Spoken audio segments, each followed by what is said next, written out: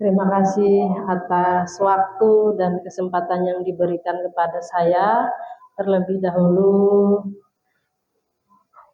saya sampaikan salam hormat kepada Kepala Sekolah MA Darul Mutakin walaupun beliau tidak ada di sini. Kemudian yang saya hormati Bapak Darmadi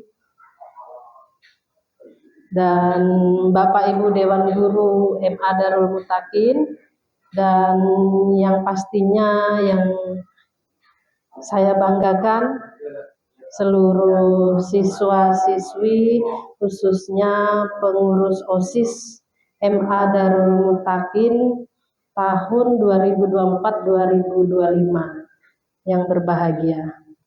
Alhamdulillah, puji dan syukur kita panjatkan kehadirat Allah Subhanahu wa Ta'ala, Tuhan yang Maha Esa, di mana pada kesempatan pagi hari ini kita bisa bersama-sama hadir di ruangan ini untuk mengikuti kegiatan latihan dasar kepemimpinan LDK OSIS MA Darul Mutakin tahun 2024. Saya merasa bersyukur, merasa senang karena saya bisa diberikan kesempatan untuk bertemu dengan kakak-kakak semuanya dan diberikan waktu untuk sama-sama mencari ilmu. Saya juga mencari ilmu di sini, ya. Walaupun pada hari ini saya cukup teledor, mohon maaf ya Pak ya, sekali lagi ini salah satu keteledoran saya. Boleh kita masuk kategori komunikasi sebagai penerima yang kurang baik. Saya menerima surat elektronik tetapi tidak saya cermati dengan betul-betul sehingga saya salah dalam informasi, ya, sehingga kakak-kakak semua jadi korban saya hari ini.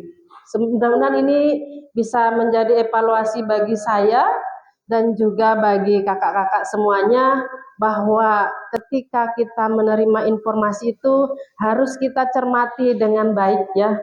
Saya salah melihat tanggal surat.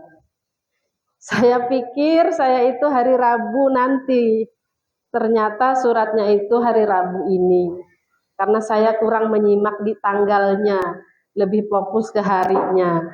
Jadi pada kesempatan ini saya mohon maaf yang sebesar-besarnya atas kesalahan saya, sehingga acara pagi hari ini tidak sesuai dengan rundown yang sudah disiapkan. Mohon dimaafkan ya. Iya. Baik, saya panggil kakak-kakak saja karena saya terbiasa di SMA itu membina pramuka, ya. Sebelumnya alangkah lebih baiknya kita berkenalan terlebih dahulu, karena kata orang, kata pepatah, tak kenal maka tak sayang. Tak sayang maka tak cinta, nanti nggak cinta sama saya. Baik, nama saya Bu Heti, ya, nama yang memang cukup singkat, tidak terlalu panjang sehingga pastinya mudah diingat. Saya salah satu pengajar tetap di SMA Negeri 1 Pangkalan Lada. Mata pelajaran yang saya ampu itu adalah biologi. Tugas tambahan saya di sekolah itu adalah sebagai pembina pramuka yang paling saya sukai karena memang saya hobi pramuka. Kalau ditanya apa hobi saya pramuka. Dari dulu, dari saya sekolah SD, SMP, sampai kuliah saya memang suka di pramuka, sehingga di sekolah saya dipercayakan menjadi pembina pramuka. Sepertinya di sini Saya juga bersahabat baik dengan Kepala Sekolah SMA Darul Mutakin. Kami selalu sama-sama biasanya kalau untuk kegiatan pramuka. Ya, baik, itu perkenalan dari saya.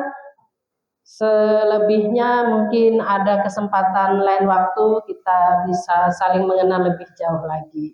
Sebelumnya saya ingin kenal juga dengan kakak-kakak semuanya. Ya, nah, tapi yang paling pengen saya ketahui nih, yang paling penasaran nih, siapa sih ketua OSIS yang terpilihnya ini? Boleh angkat tangan berdiri. Oh iya, perempuan ya yang terpilih. Selamat ya. Siapa kak namanya? Allah.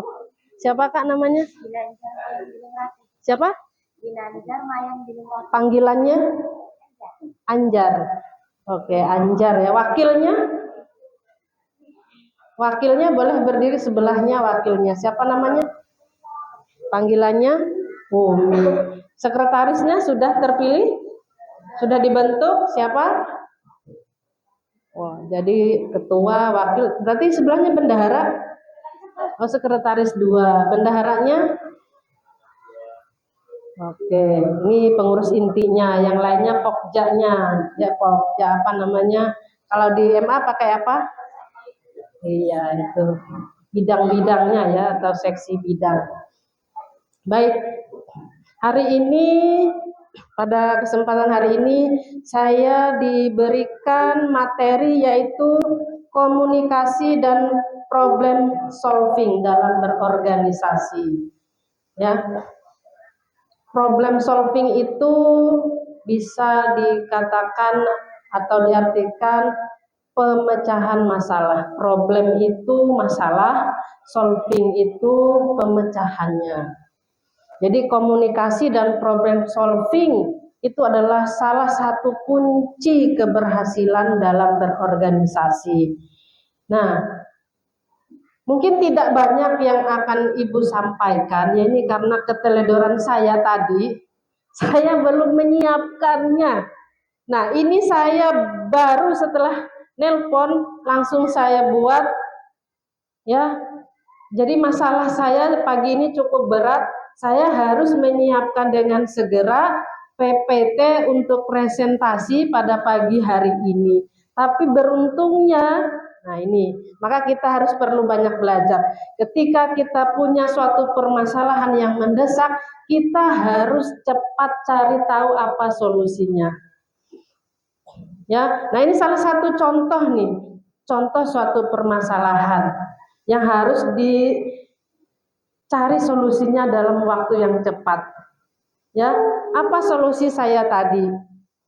Nah, solusi saya tadi, saya punya cara cepat untuk menyiapkan PPT. Untunglah zaman sekarang modern, IT itu luar biasa. Jadi penguasaan IT perlu ya kita kuasai untuk membantu pemecahan masalah. Kalau saya buat manual, itu waktunya bisa sampai 1 atau 2 jam. Saya buat dalam waktu tidak sampai setengah jam, hanya sekitar 15 menit.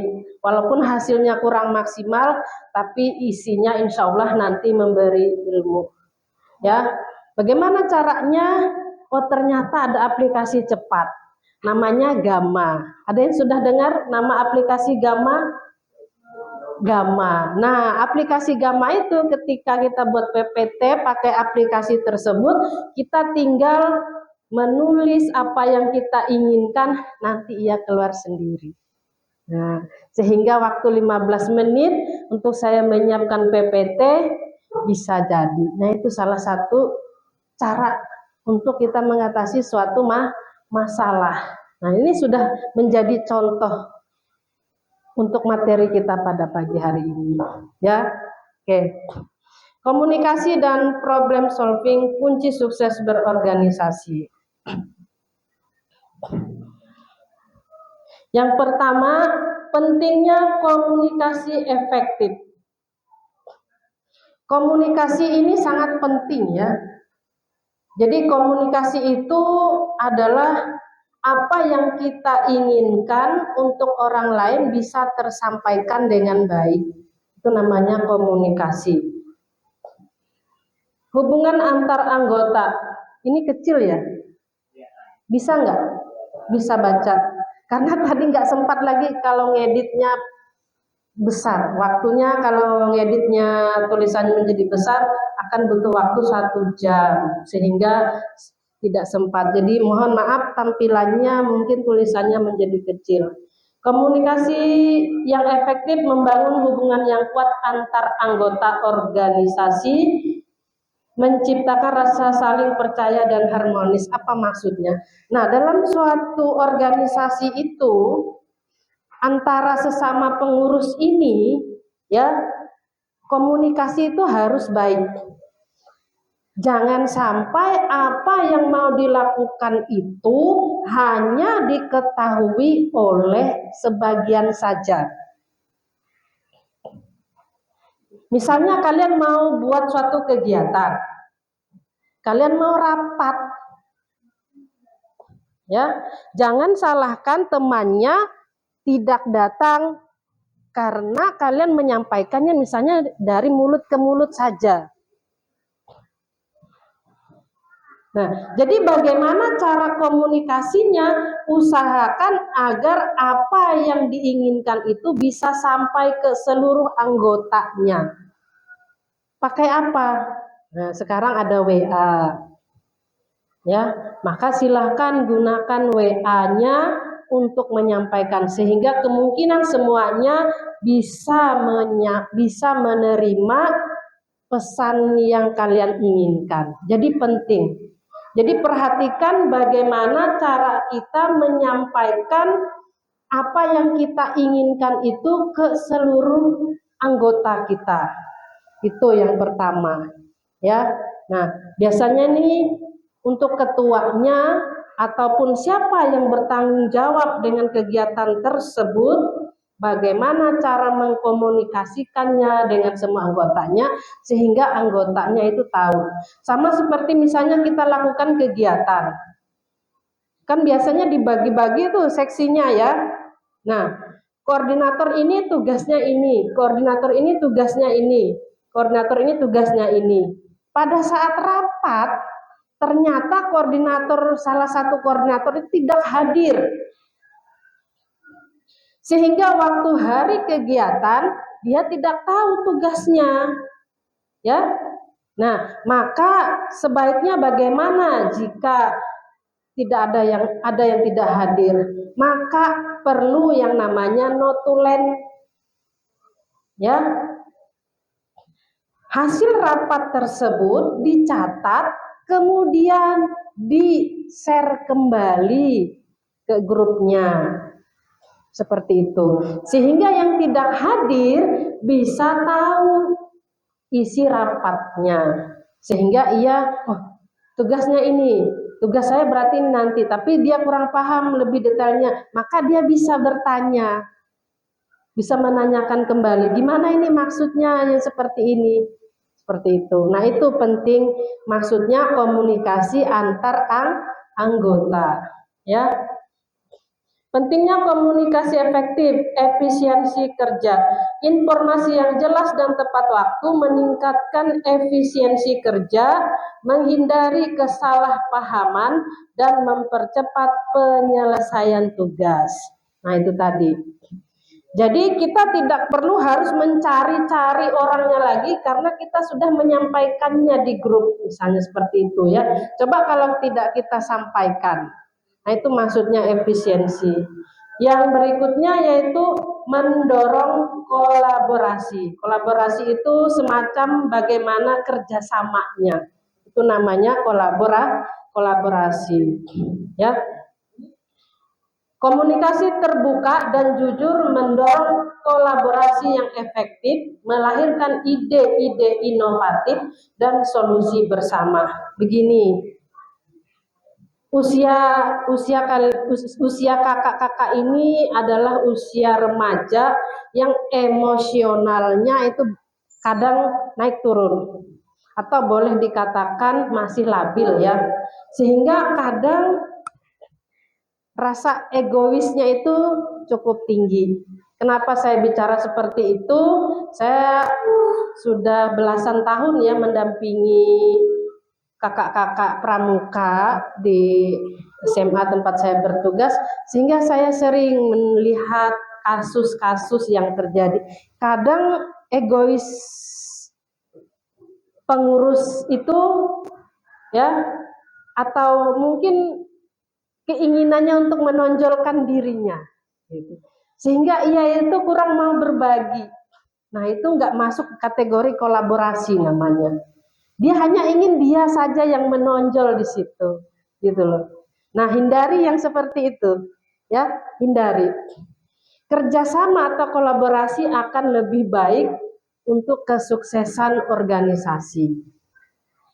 Nah, jadi komunikasikan semuanya dengan jelas, bagi tugasnya dengan jelas, ya, sehingga nantinya semuanya itu merasa dihargai.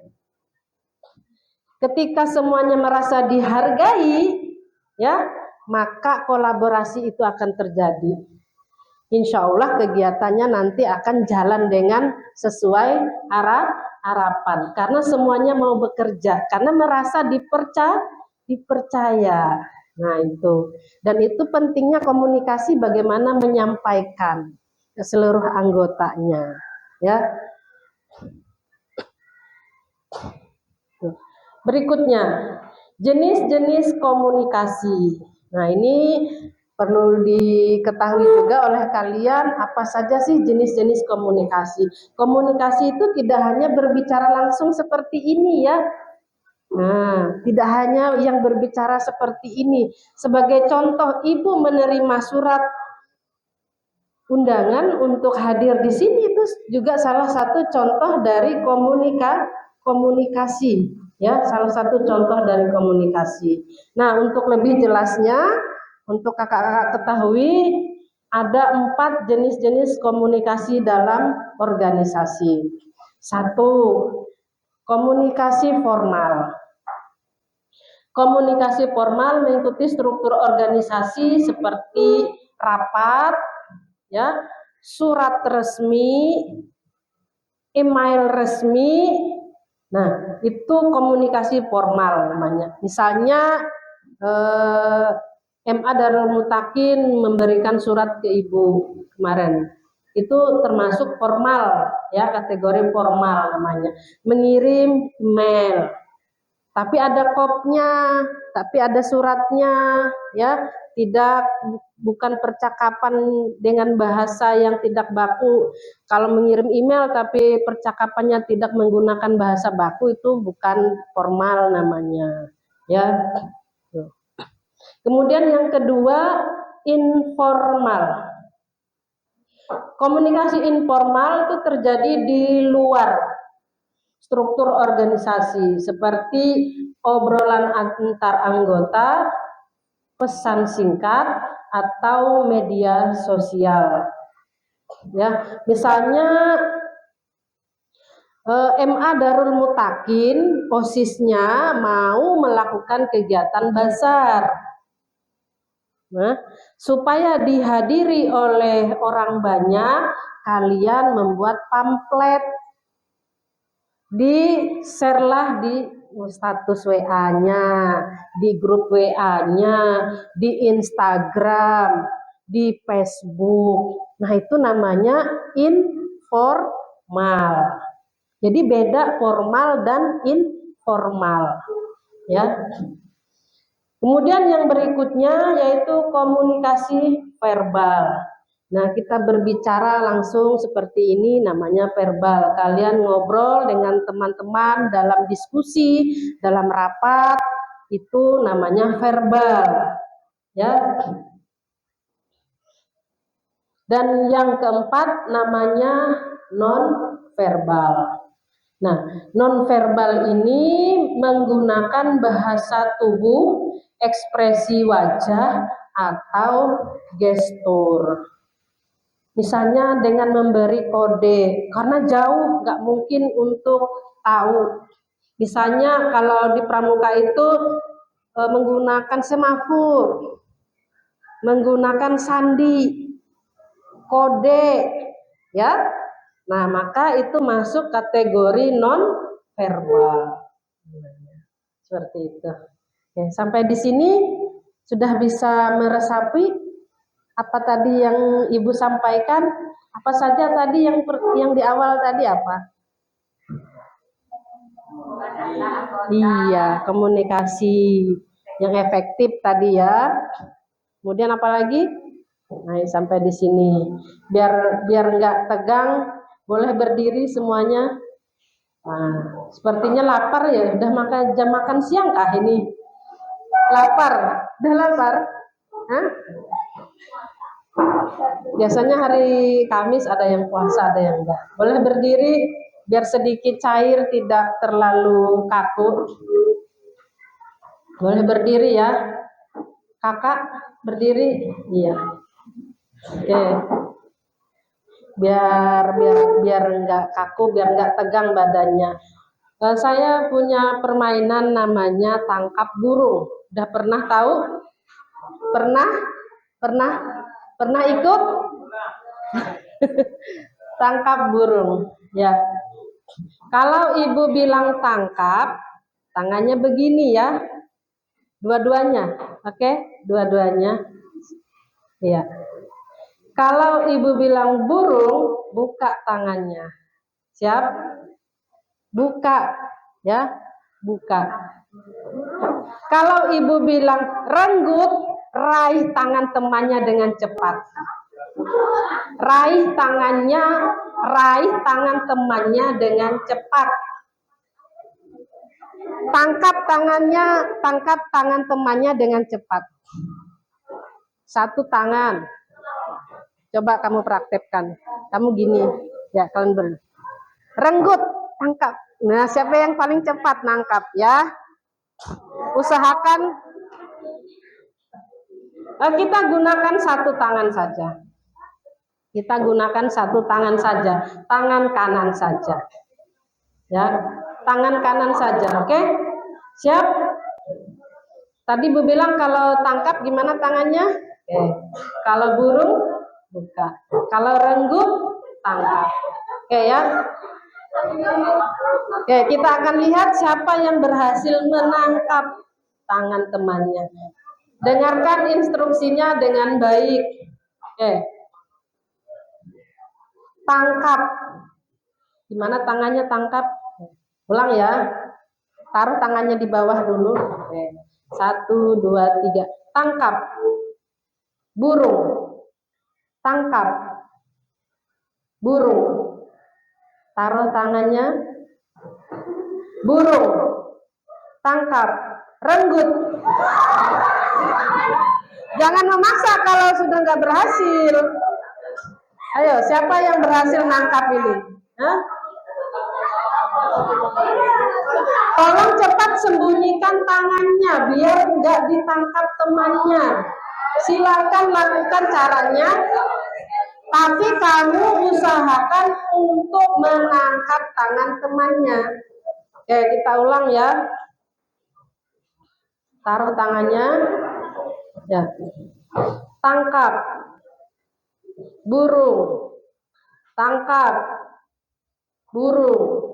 Tangkap. Tangkap. Tangkap. Burung. Tangkap. Burung. Tangkap. Tangkap. Renggut.